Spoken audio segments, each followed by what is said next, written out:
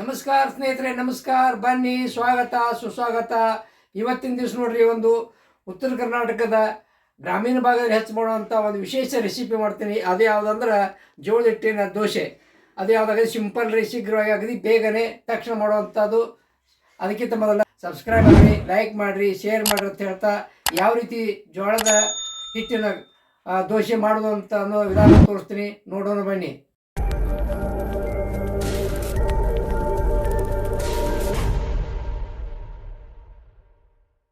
ನೋಡಿರಿ ಸ್ನೇಹಿತರೆ, ಇವತ್ತಿನ ದಿವಸ ನಾನು ಒಂದು ವಿಶೇಷ ರೆಸಿಪಿ ಮಾಡ್ತೀನಿ.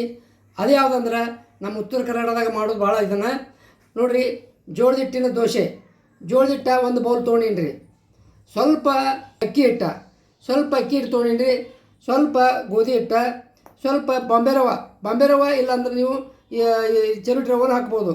ನಾವು ಯಾವ್ದು ಹಾಕೋದು ನಡೀತದೆ ರೀ. ಇದು ನೋಡಿ, ಅದಕ್ಕೆ ರುಚಿಗೆ ತಕ್ಕಷ್ಟು ಉಪ್ಪ.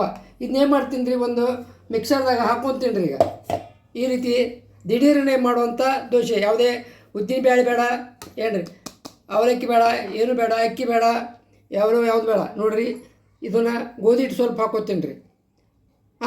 ಗೋಧಿ ಹಿಟ್ಟು ಆದಷ್ಟು ಕಡಿಮೆ ಹಾಕ್ರಿ, ಏನ್ರಿ. ಆಮೇಲೆ ಇದೊಂದು ಹಿಟ್ಟ ಅಕ್ಕಿ ಹಿಟ್ಟು ಸ್ವಲ್ಪ ಹಾಕೋತೀನಿ ರೀ. ಸ್ವಲ್ಪ ಬಾಂಬೆ ರವೆ ತೊಗೊಂಡೀನಿ ರೀ, ಬಾಂಬೆ ರವೆ ಹಾಕ್ತೀನಿ ರೀ. ಇದೆಲ್ಲನೂ ಸ್ವಲ್ಪ ಉಪ್ಪನ್ನು ಹಾಕ್ತೀನಿ ರೀ. ಅದಕ್ಕೆ ರುಚಿಗೆ ತಕ್ಕಷ್ಟು ಉಪ್ಪು ಹಾಕಿರ್ತೀನಿ ರೀ, ಏನ್ರಿ. ಮತ್ತು ಬೇಕಂದ್ರೆ ನೋಡಿ ಹಾಕೋಬೋದು. ಏನು ಮಾಡ್ತೀವಿ, ಸ್ವಲ್ಪ ಮಿಕ್ಸರ್ಗೆ ಹಾಕಿ ಕಣಿಸ್ಕೊತೀನಿ ರೀ.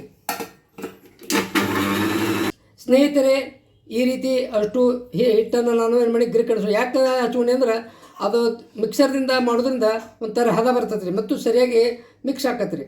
ಇದು ನೋಡಿರಿ, ಸ್ವಲ್ಪ ಓಂಕಾರ, ಅದು ಅಜ್ವಾನ್ ಅಂತಾರಲ್ಲ, ಅಜ್ವಾನ್ ಹಾಕ್ತೀನಿ ರೀ. ಆಮೇಲೆ ಸ್ವಲ್ಪ ಜೀರಿಗೆ ಹಾಕ್ತೀನಿ ರೀ. ಈಗ ನೋಡಿರಿ, ಅಜ್ವಾನ ಮತ್ತು ಜೀರಿಗೆ ಹಾಕೀನಿ. ಈಗಾಗಲೇ ಮೊದಲು ಕಣಿಸ್ಕೊಂಡೀನಿ. ಈಗ ಇನ್ನೊಂದು ಸಲ ಸ್ವಲ್ಪ ನೀರು ಹಾಕೋತೀನಿ ರೀ. ಮತ್ತೀಗ ಮಿಕ್ಸರ್ ಚಾಲೂ ಮಾಡ್ತೀನಿ ರೀ. ನೋಡಿರಿ, ಈಗ ಮಿಕ್ಸರ್ಗೆ ಹಾಕೀನಿ ರೀ. ನಮ್ಗೆ ಹದಕ್ಕೆ ತಕ್ಕಷ್ಟು ನೀರು ಹಾಕ್ಬೇಕು ರೀ, ಯಾಕಂದ್ರೆ ಚೆನ್ನಾಗಿ ಮಿಕ್ಸ್ ಆಗಬೇಕು. ಸಾಧಾರಣ ಒಂದು ಅರ್ಧ ಲೀಟ್ರದಷ್ಟು ನಾನು ನೀರು ಉಪಯೋಗ ಮಾಡೀನಿ ರೀ. ಈಗ ಯಾಕಂದ್ರೆ ಎಲ್ಲ ಒಣ ಹಿಟ್ಟಿರ್ತೈತಿಲ್ಲ, ಅದೆಲ್ಲ ಮಿಕ್ಸ್ ಆಗ್ಬೇಕಂದ್ರೆ ಏನು ಮಾಡ್ಬೇಕು ರೀ, ಅದು ನಮ್ಮ ಮಿಕ್ಸರ್ಗೆ ಯಾವ ರೀತಿ ಬೇಕು ಹದಕ್ಕೆ ಬರುವಂಗೆ ನೀರು ಹಾಕೋಬೇಕು ರೀ. ನೋಡಿರಿ ಸ್ನೇಹಿತರೆ, ಈಗ ಒಂದು ಬೋಗಾಣಿಗೆ ಅದನ್ನು ಹಾಕೋತೀನಿ ರೀ. ನೋಡಿ ಸ್ನೇಹಿತರೆ, ಮಿಕ್ಸರ್ಗೆ ಹಾಕಿ ಇದಕ್ಕೆ ಒಂದು ಸ್ಟೀಲ್ ಪಾತ್ರೆಗೆ ಹಾಕೊಂಡಿನಿ. ತುಂಬ ಈ ರೀತಿ ಗರ ಕಾಯಿಸ್ಕೋಬೇಕು ರೀ. ಅದು ಅಕಸ್ಮಾತ್ ಏನೋ ಗಂಟೆ ಇದ್ರೆ ರಸ ಹೊಡೆದದು ಅದ್ರ ಜೋಡಿ ಇದಾಕತ್ತೆ ರೀ. ಸ್ವಲ್ಪ ಸಕ್ಕರೆ ಹಾಕ್ತೀನಿ ರೀ, ಏನು ರೀ. ನೀವು ಹಾಕ್ಬೋದು, ಇಲ್ಲ ಸ್ಕಿಪ್ ಮಾಡ್ಬೋದು. ಸ್ವಲ್ಪ ಹಾಕೀನಿ ಒಂದು ಸ್ಪೂನ್ನಷ್ಟು, ಏನು ರೀ. ನೀವು ಬೇಡದ ಸಕ್ಕರೆನ ಸ್ಕಿಪ್ ಮಾಡ್ಬೋದು. ನೋಡಿರಿ ಸ್ನೇಹಿತರೆ, ಹಸಿ ಶುಂಠಿ ಅಲ್ಲ ಸ್ವಲ್ಪ ಪೇಸ್ಟ್ ಮಾಡಿ ಇಟ್ಟೀನಿ, ಅದನ್ನ ಹಾಕ್ತೀನಿ ರೀ. ಆಮೇಲೆ ಸ್ವಲ್ಪ ಒಂದು 2-3 ಹಸಿ ಮೆಣಸಿನ್ಕಾಯಿ ಸಣ್ಣಗೆ ಹೆಚ್ಚಿಟ್ಟೀನಿ ರೀ, ಅದನ್ನ ಹಾಕೋತೀನಿ ರೀ. ಸ್ವಲ್ಪ ಉಳ್ಳಿಗಡ್ಡಿ ಅಗದಿ ಸಣ್ಣಗೆ ಹೆಚ್ಚೀನಿ ರೀ, ಅದನ್ನೂ ಹಾಕೋತೀನಿ ರೀ. ಆಮೇಲೆ ಸ್ವಲ್ಪ ಕೊತ್ತಂಬರಿ ಸೊಪ್ಪು ಸಣ್ಣಗೆ ಹೆಚ್ಚಿಟ್ಟೀನಿ, ಅದನ್ನೂ ಹಾಕೋತೀನಿ ರೀ. ಸ್ವಲ್ಪ ಅರಿಶಿನ ಪುಡಿ ಭಾಳ ಹಾಕ್ಬೇಡ್ರಿ, ಸ್ವಲ್ಪ ಹಾಕ್ರಿ. ನೋಡಿ, ಎಲ್ಲ ಕೂಡಿಸಿ ಮತ್ತೊಮ್ಮೆ ಚೆನ್ನಾಗಿ ಕಾಯಿಸ್ಕೊತೀನಿ ರೀ.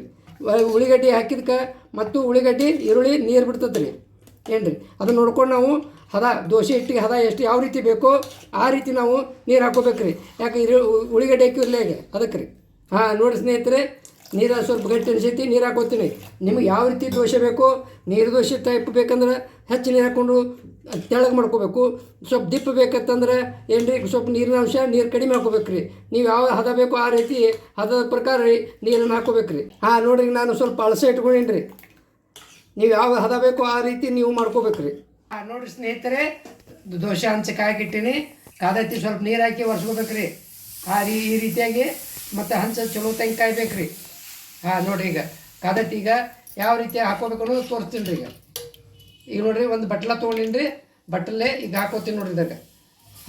ಸ್ವಲ್ಪ ಅಲ್ಲೇ ತೆಳಗಂಗೆ ಇದು ಮಾಡಿಬಿಡೋದು ರೀ. ನೋಡಿರಿ, ಈ ರೀತಿಯಾಗಿ ನಾವು ದಪ್ಪ ದಪ್ಪು ಮಾಡ್ಕೊಬೋದು ರೀ, ತೆಳಗೆ ತೆಳು ಮಾಡ್ಕೊಬೋದು. ನಾವು ಯಾವ ರುಚಿ ನಮಗೆ ಯಾವ ಇಂಟ್ರೆಸ್ಟ್ ಆಗತ್ತೀವೋ ಆ ರೀತಿ ನಾವು ಮಾಡ್ಕೊಬೋದು. ಈಗ ಸ್ವಲ್ಪ ಮ್ಯಾಲೆ ಮುಚ್ಚಿಡೋದು ರೀ. ಮ್ಯಾಲೆ ಸ್ವಲ್ಪ ಆಗ್ಬೇಕು ರೀ. ನೋಡಿ ಸ್ನೇಹಿತರೆ, 1-2 ನಿಮಿಷ 2 ಸೆಕೆಂಡ್ ಅದನ್ನು ನಾನು ಮುಚ್ಚಿಟ್ಟಿನಿ. ಈಗ ತೆಗಿತೀನಿ ನೋಡ್ರಿ. ಈಗ ನೋಡ್ರಿ, ಈಗ ಯಾವ ರೀತಿ ಬೆಂದದ ನೋಡ್ರಿ. ಈಗ ಸ್ವಲ್ಪ ಸೈಡ್ ಹಿಡ್ಕೊಂಡು ಈ ರೀತಿ ತಗೋಬೋದು ರೀ.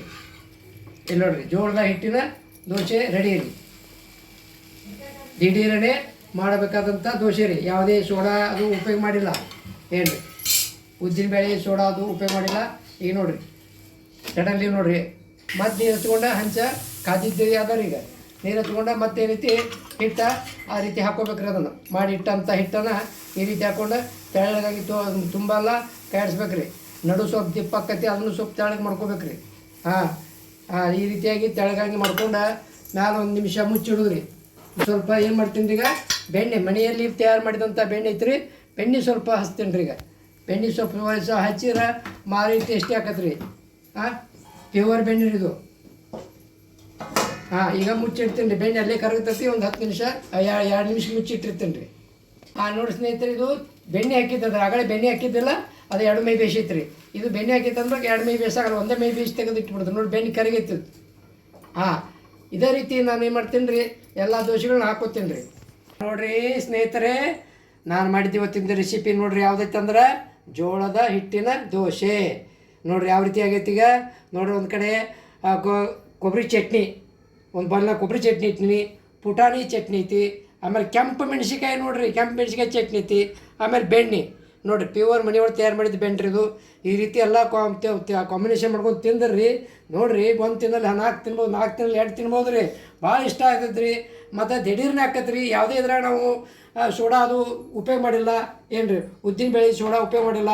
ಅದಕ್ಕೆ ಈ ವಿಡಿಯೋ ಇಷ್ಟ ಆದ್ರೆ ಲೈಕ್ ಮಾಡಿರಿ, ಶೇರ್ ಮಾಡಿರಿ. ಜೋಳದ ಹಿಟ್ಟಿನ ದೋಸೆ ರೆಸಿಪಿಯನ್ನು ಮುಗಿಸ್ತೀನಿ. ಧನ್ಯವಾದಗಳು, ನಮಸ್ಕಾರ.